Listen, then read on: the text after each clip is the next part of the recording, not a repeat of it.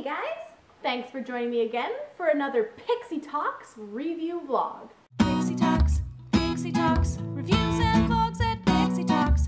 Pixie Talks, reviews and vlogs at Pixie Talks. Woo! It's back! First of all, I am sorry there was no video last week, guys. Last week just got super hectic and stressful and life kind of got in the way. But I'm back now to talk about ponies! Before we begin though, I just want to do a quick shout out to one of my lovely viewers. Huge shout out to Jonathan, who wore my God of Chaos t-shirt design to Emerald City Comic Con. And you met Clark Gregg while you wore it. Oh my gosh, I'm so jelly. Alright. And now, of course, I am sure you are all aware that My Little Pony Friendship is Magic Season 5 just premiered. So let's talk about the Cutie Markless. Life is so grand in our town. We're always filled with cheer. We never have to look around to know that we're all here. Oh my gosh, it's been a while. It's been far too long. I think that I start to die a little when My Little Pony isn't on the air. So, as you may recall, we left off last season with the defeat of Lord Tirac, the unlocking of rainbow power, and with Twilight Sparkle's treehouse suddenly morphing into a fancy castle. So we begin this season opener with Twilight and friends trying to figure out exactly why this has happened and what their purpose is now. The magic castle ends up sending them to a strange little town, and when they investigate, they find it inhabited by a lot of perfectly pleasant ponies, all who have the same cutie mark of equality. Is this a true utopia, as they claim, or is something more sinister happening?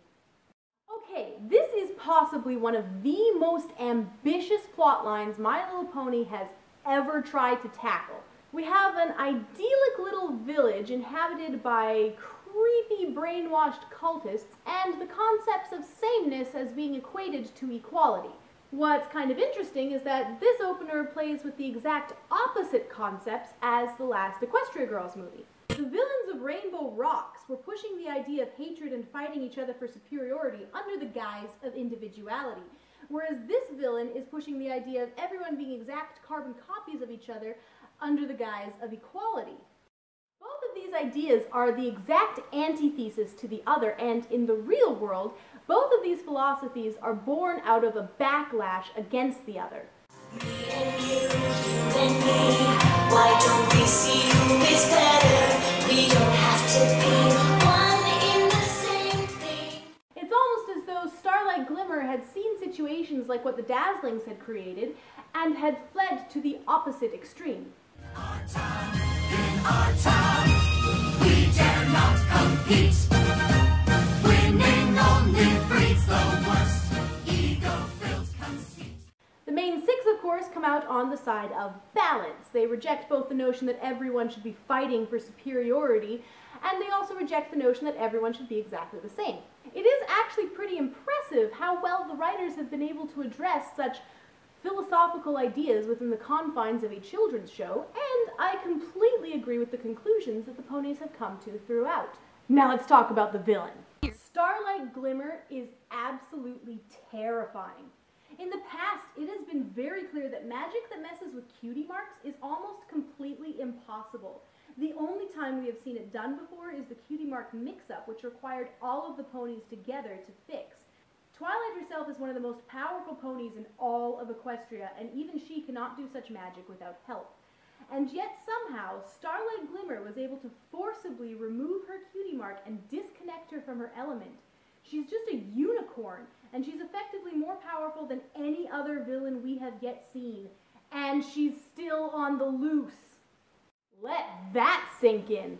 Now, I really loved the creepy cult vibe that these episodes had.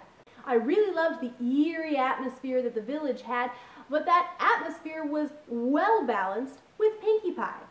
I loved all of Pinkie Pie's responses because she's effectively echoing the audience's feelings of uncertainty and foreboding. And the village itself reminded me a lot of Sunnytown from the fan game Story of the Blanks, which I absolutely love. This was a very different kind of awesome from previous season openers and closers. It was not quite the big, epic spectacle that we've become used to, but it was a lot more thoughtful and possibly a lot more impressive then for what it did. It's also kicking off into a new stage of life for the main six, as it seems that they are now going to become a tag team of awesome friendship, solving Equestria's problems. And I cannot wait to see where that goes from here. In our town, we don't have to wait to find out that our destiny is just to emulate. Let's see those big, happy smiles. Life is a smile. And that's it for my review of the My Little Pony Friendship is Magic Season 5 opener, The Cutie Markless. Hope you enjoyed the video, and do be sure to subscribe for more. I am also on Facebook and Twitter, so give me an ad over there too. And with that, I'll see you guys next week. High, Bye! marching proud. All together now, every one of you.